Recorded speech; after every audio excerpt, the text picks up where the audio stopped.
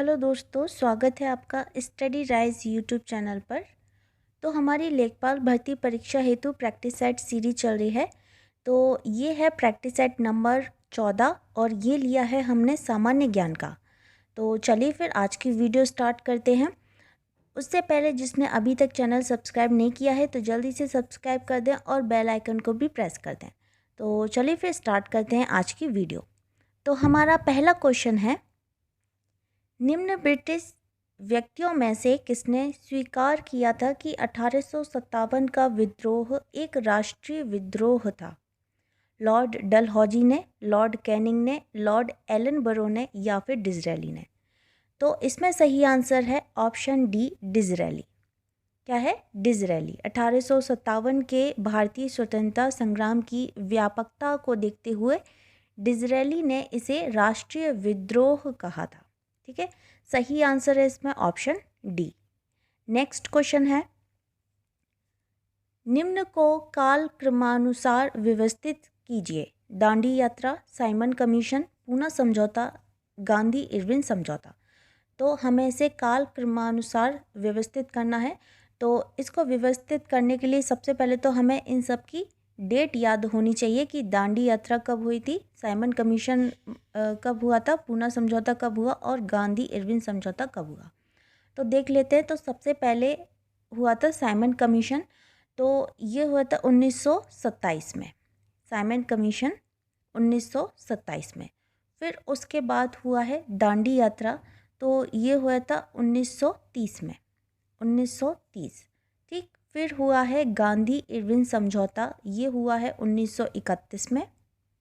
और लास्ट में हुआ है पूना समझौता, लास्ट में हुआ है पूना समझौता, तो ये हुआ है 1932 में, 1932 में। ठीक है, तो इसमें जो सही आंसर हो जाएगा वह हो जाएगा option B, second, first, fourth और फिर थर्ड। नेक्स्ट क्वेश्चन है, हिमालय की किस तितली को 88 वर्षों के बाद भारत की सबसे बड़ी तितली होने की उपाधि दी गई है? Golden birdwing, plain tiger, common crow या फिर ग्रास येलो? तो हाल ही में हिमालयी तितली गोल्डन वर्डविंग को 88 वर्षों के बाद भारत की सबसे बड़ी तितली के रूप में खोजा गया। और जो गोल्डन वर्डविंग का इसका जो वैज्ञानिक नाम है वह है ट्राइडस आइकस, ट्राइडस आइकस। क्या है वैज्ञानिक नाम? ट्राइडस आइकस। ठीक है, वैज्ञानिक नाम है इसका ट्राइडस आइकस। सही आंसर है इसमें option A, golden birdwing. Next question है, हाल ही में विश्व स्वास्थ्य संगठन WHO द्वारा की गई घोषणा के अनुसार वर्ष 2023 के निर्धारित लक्ष्य से पूर्व ही दक्षिण पूर्व एशियाई क्षेत्र में खसरा और रूबेला को समाप्त करने वाले पहले 2 देश हैं। नेपाल व भारत, चीन व भारत, पाकिस्तान व बांग्लादेश या फिर श्रीलंका व मालदीव? तो इसमें सही आंसर हो जाएगा ऑप्शन डी, श्रीलंका व मालदीव, श्रीलंका व मालदीव। विश्व स्वास्थ्य संगठन WHO के नियमों के अनुसार एक देश को खसरा और रूबेला मुक्त तब माना जाता है जब वहाँ कम से कम 3 वर्ष से अधिक समय तक खसरा और रूबेला वायरस के स्थानिक संचरण का कोई भी मामला सामने नहीं आया हो। ठीक है, मालदीव में खसरे का अंतिम मामला सामने आया था, ये आया था 2009 में और रूबेला का आया था 2015 में। और इसी प्रकार श्रीलंका में खसरे का अंतिम मामला सामने आया था 2016 में और रूबेला का अंतिम मामला सामने आया था 2017 में। ठीक है, तो इसीलिए इसका जो सही आंसर हो जाएगा वह हो जाएगा ऑप्शन डी, श्रीलंका व मालदीव। नेक्स्ट क्वेश्चन है, इंदिरा गांधी राष्ट्रीय उड़ान अकादमी स्थित है सिकंदराबाद में, रायबरेली में, जोधपुर में या फिर दिल्ली में? तो इंदिरा गांधी राष्ट्रीय उड़ान अकादमी ये स्थित है फुर्सतगंज में। कहाँ? फुर्सतगंज में। और ये कहाँ स्थित है? तो ये है रायबरेली में, फुर्सतगंज रायबरेली, फुर्सतगंज रायबरेली में। ठीक है, नेक्स्ट क्वेश्चन है, विशेष आर्थिक क्षेत्र सेज की अवधारणा पहले शुरू की गई थी? चीन में, जापान में, भारत में या फिर पाकिस्तान में? तो विशेष आर्थिक क्षेत्र की अवधारणा पहले भारत में शुरू की गई थी। कहाँ पर? भारत में शुरू की गई। और भारत में EPZ के रूप में चीन से भी पहले से मौजूद है, जबकि पहला सेज चीन ने स्थापित किया। तो सही आंसर हो जाएगा इसमें भारत ने। नेक्स्ट है, नाटो का पूरा रूप क्या है? North African treaty organization, North Atlantic treaty organization, North Asian treaty organization या फिर नॉर्थ अमेरिकन ट्रीटी ऑर्गेनाइजेशन? तो जो नाटो की फुल फॉर्म होती है वह होती है North Atlantic treaty organization, North Atlantic treaty organization. सही आंसर है इसमें ऑप्शन बी। ठीक है। और अगर नाटो की बात करें तो इसका फाउंडेड कब हुआ? तो ये हुआ था, स्थापना इसकी हुई थी 1949 में वॉशिंगटन DC में। कहाँ? 1949 में वॉशिंगटन DC में। और इसके हेड क्वार्टर हैं, ये हैं यानी कि मुख्यालय हैं, तो ये है ब्रुसेल्स बेल्जियम में। ठीक है, ब्रुसेल्स बेल्जियम में।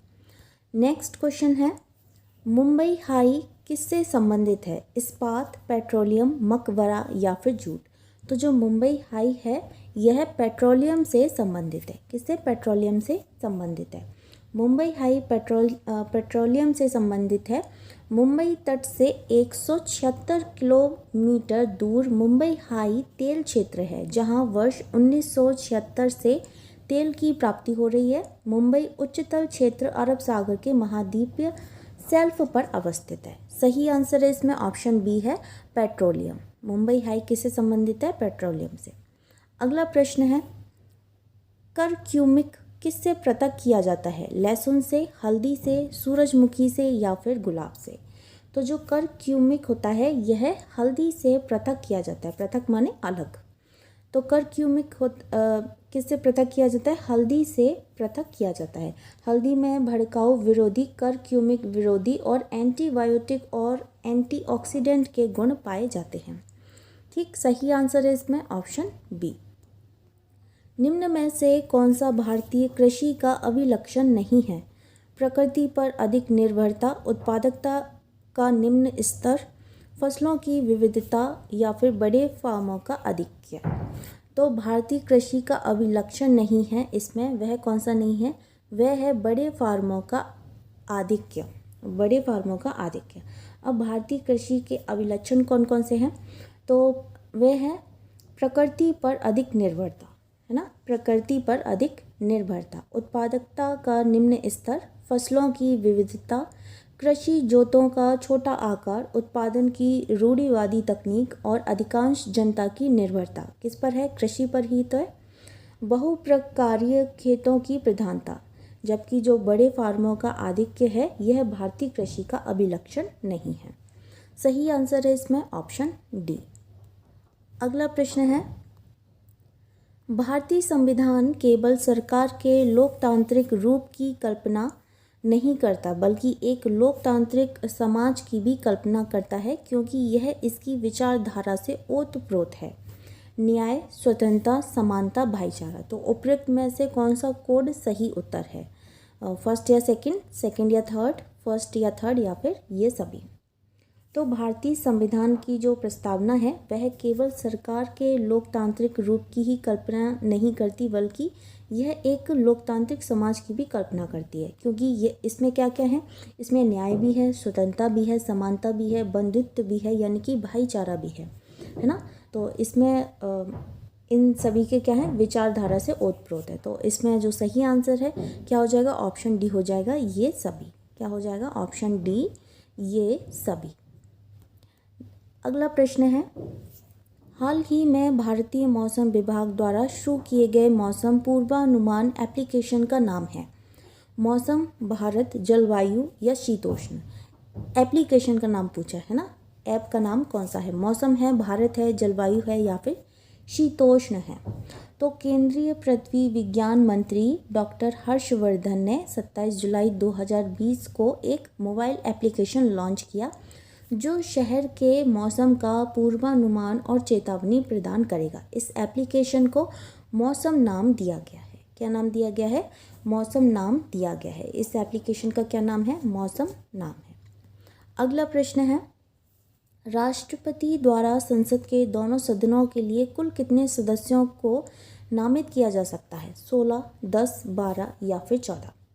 तो भारतीय संविधान के प्रावधानों के अधीन राष्ट्रपति द्वारा राज्यसभा के 12 सदस्य, और लोकसभा के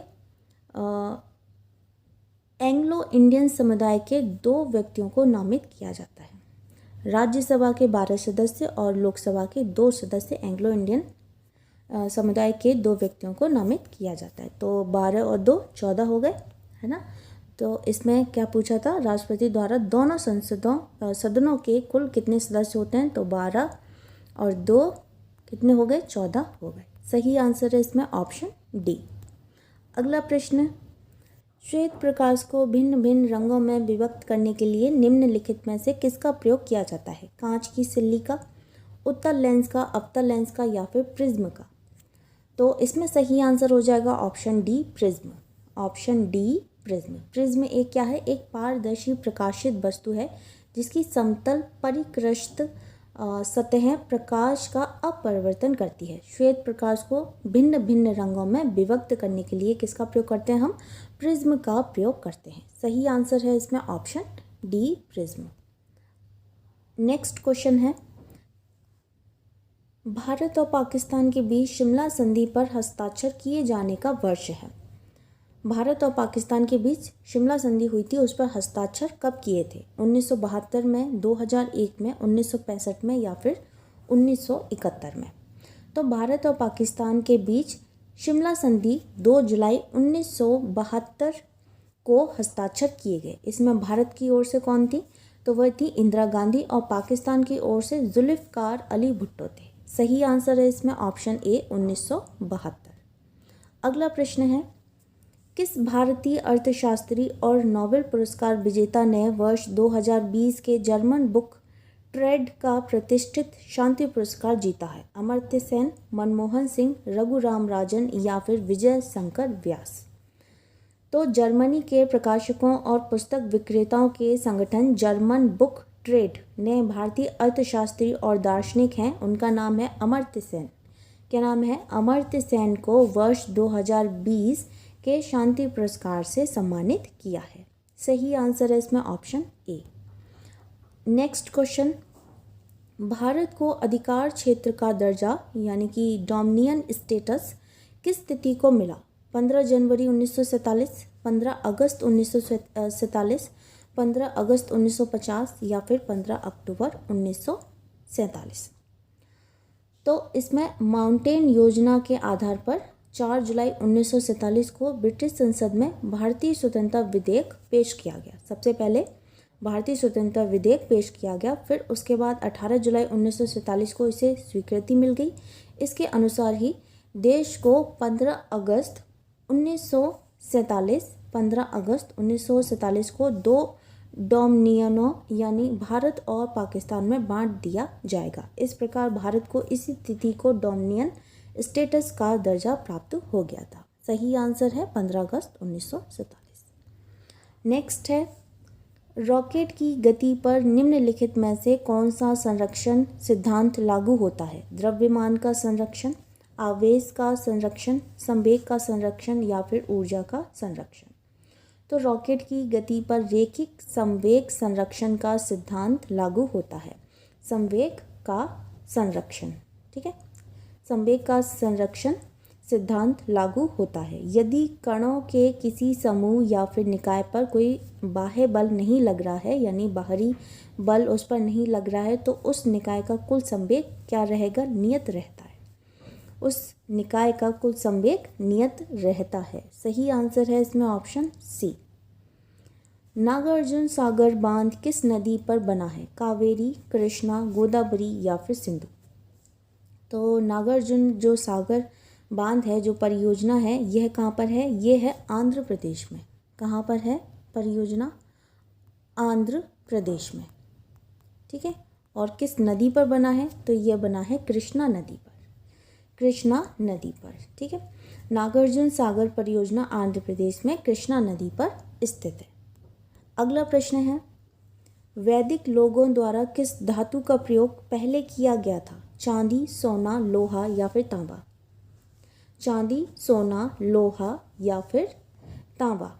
तो ऋग्वैदिक लोगों द्वारा सर्वप्रथम जो प्रयोग किया गया था वह था तांबा। तांबे का प्रयोग किया गया था। ऋग्वेद में आयस नामक धातु का उल्लेख है, किंतु इसकी पहचान संदिग्ध है ना। कुछ विद्वान इसे तांबा, कांसा या लोहा बताते हैं, किंतु ऋग्वैदिक आर्य लोहे से परिचित नहीं थे। सही आंसर क्या है इसमें? ऑप्शन डी, तांबा। नेक्स्ट क्वेश्चन है, बाजार विनियमन प्रणाली आरंभ की गई थी?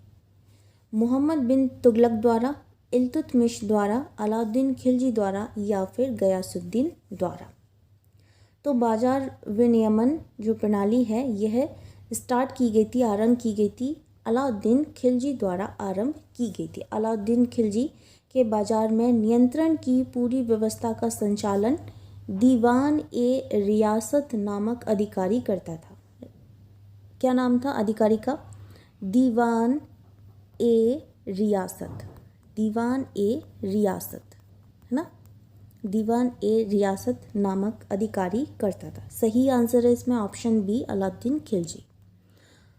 अगला प्रश्न है, अंग्रेजों ने निम्नलिखित स्थानों पर जिस क्रम में अपने व्यापार केंद्र स्थापित किए उनका सही कालानुक्रम है?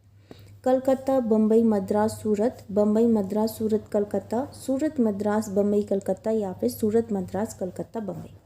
तो इसका सही क्रम क्या है? सबसे पहले अंग्रेजों ने कहाँ अपनी कोठी या फिर केंद्र या व्यापार केंद्र स्थापित किया था? तो ये किया था सबसे पहले सूरत में। कहाँ किया था? सबसे पहले किया था सूरत में, जो किया था 1613 में। व्यापार केंद्र कहाँ स्थापित किया? सूरत में 1613 में। फिर दूसरा किया था मद्रास में, जो किया था 1639 में। फिर तीसरा किया था बम्बई में, ये किया था 1687 में। और फिर कलकत्ता में किया था, ये किया था 1698 में। सही आंसर क्या है? सूरत, मद्रास, बम्बई और फिर कलकत्ता। सूरत, मद्रास, बम्बई, कलकत्ता। नेक्स्ट है, जुलाई 2011 में घोषित जनगणना के आंकड़ों के अनुसार अभी तक गांव में रहने वाले भारतीयों का प्रतिशत क्या है? 80%, 75%, 70% या फिर 60%? तो जनगणना देखी जाए 2011 की रिपोर्ट के अनुसार देखा जाए तो वर्तमान में अभी भी 70% आबादी जो है वह ग्रामीण भारत में निवास करती है। कितनी? 70% आबादी ग्रामीण भारत में निवास करती है। सही आंसर है इसमें ऑप्शन सी। नेक्स्ट क्वेश्चन है, राजा रवि वर्मा किससे संबंधित थे? संगीत से, चित्रकारी से, नृत्य से या फिर चलचित्र से? तो जो राजा रवि वर्मा है यह चित्रकारी से संबंधित थे। किससे थे? चित्रकारी से संबंधित थे। शकुंतला वियोग राजा रवि वर्मा की प्रसिद्ध पेंटिंग है। शकुंतला वियोग, क्या है नाम? शकुंतला वियोग है ना। शकुंतला वियोग राजा रवि वर्मा की प्रसिद्ध पेंटिंग है। सही आंसर है इसमें ऑप्शन बी। लास्ट क्वेश्चन है हमारा आज का, कुकी किस राज्य से संबंधित है? नागालैंड, मेघालय, मणिपुर या फिर त्रिपुरा? तो जो कुकी है क्या? कुकी है जनजाति। क्या है? जनजाति। तो कुकी जनजाति यह मणिपुर राज्य में पाई जाती है। जो कुकी जनजाति है यह मणिपुर राज्य में पाई जाती है। इसके अलावा और भी है, एक है मेटी या फिर मेठी, मेटी या फिर मेटी एवं अंगामा जनजाति भी मणिपुर राज्य में निवास करती है। सही आंसर है इसमें ऑप्शन सी, मणिपुर। तो ये थी आज की वीडियो। उम्मीद करती हूँ आपको पसंद आई होगी। अगर पसंद आती है तो इसको अपने दोस्तों के साथ ज़रूर शेयर करें और वीडियो को लाइक करें, कमेंट करें। मिलते हैं फिर बहुत जल्द नेक्स्ट वीडियो में। तब तक के लिए थैंक यू सो मच।